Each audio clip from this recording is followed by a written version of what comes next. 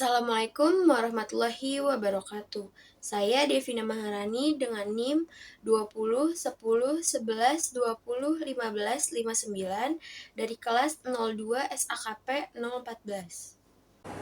Assalamualaikum warahmatullahi wabarakatuh. Perkenalkan, saya Najwa Quratul Ain dengan NIM 24 10 11 20 14 66 dari kelas 02 SKP 014. Pengertian yang dimaksud dengan transfer uang melalui bank adalah pengiriman uang atas permintaan pihak pengirim, remitter transferor dengan menggunakan bank sebagai perantara, remitting bank atau transferor bank, di mana bank tersebut memberikan instruksi bayar kepada bank lain, paying bank atau transferee bank, di tempat keberadaan pihak penerima kiriman yang disebut beneficiary transfer atau kepada bank yang diinginkan oleh pihak penerima kiriman uang tersebut atau beneficiary agar uang tersebut dibayar kepada pihak yang dituju, beneficiary transfer.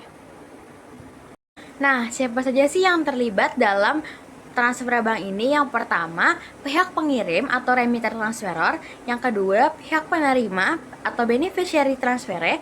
Yang ketiga, pihak bank pengirim, remitting bank. Yang keempat, ada pihak bank pembayar sebagai paying bank, pihak bank pembayar kembali sebagai reimbursing bank. Model-model pengiriman uang. Yang pertama ada pengiriman melalui cek, yang kedua ada banker's draft, yang ketiga ada international money order, yang keempat ada international payment order atau IPO, yang kelima adalah telegraphic transfer atau TT, yang keenam ada giro bank atau post office, yang ketujuh ada SWIFT, yang kedelapan ada credit transfer, yang kesembilan ada debit transfer, yang kesepuluh ada paper based transfer, yang kesebelas ada electronic transfer. Settlement dalam pengiriman uang. Jika misalnya pihak pembayar telah membayar uang kepada pihak penerima transfer berdasarkan instruksi dan bank pengirim, tentu bank pembayar mesti mendapatkan uangnya dari bank pengirim. Proses mendapatkan uang oleh bank pembayar ini disebut dengan settlement. Finalitas transfer yang dimaksud dengan finalitas dalam suatu transaksi transfer adalah waktu di mana transaksi transfer tersebut telah selesai dilakukan sehingga tidak ada satu pihak manapun dapat membatalkan transaksi tersebut. Dan masing-masing pihak secara hukum diwajibkan melaksanakan kewajiban-kewajibannya yang mungkin pada saat itu masih belum dipenuhi. Ya, selanjutnya itu ada electronic fund transfer.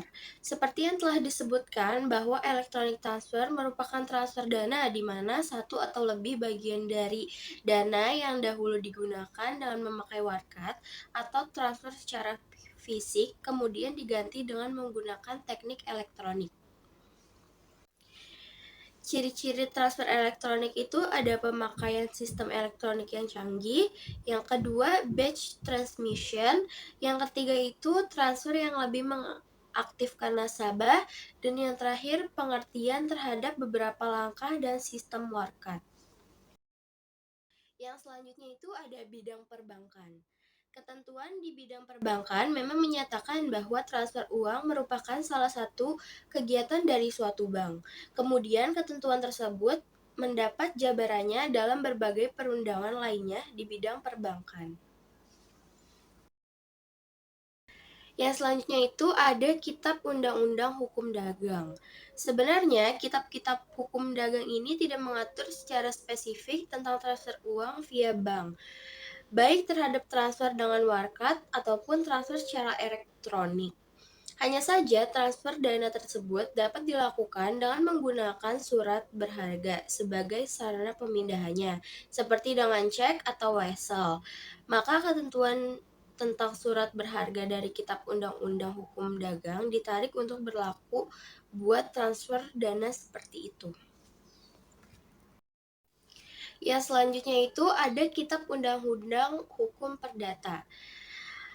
Kitab Undang-Undang Hukum Perdata juga mengatur tentang berbagai aspek hukum yang berkenaan dengan transfer via bank, khususnya yang berkenaan dengan aspek-aspek hukum kontrak. Sebab suatu transfer via bank baik untuk kepentingan nasabah maupun transfer uang untuk kepentingan bank sendiri diawali dengan suatu kontrak.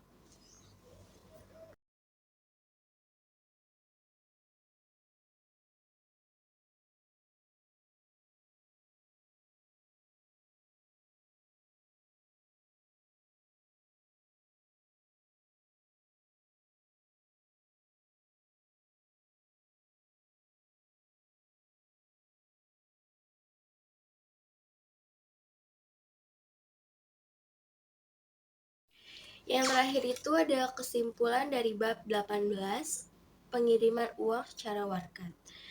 Pengiriman uang melalui sistem warkat seperti cek dan bilet giro masih digunakan dalam dunia perbankan, meskipun sistem elektronik kini lebih dominan karena dinilai lebih cepat dan efisien. Baik pengiriman warkat maupun elektronik memiliki landasan hukum yang jelas dan perlu dipahami agar proses transaksi berlangsung aman dan sah secara hukum. Oleh karena itu, setiap pihak yang terlibat dalam transaksi keuangan perlu memahami prosedur serta tanggung jawab hukumnya, guna meminimalisir resiko dan menciptakan kepastian hukum dalam kegiatan perbankan.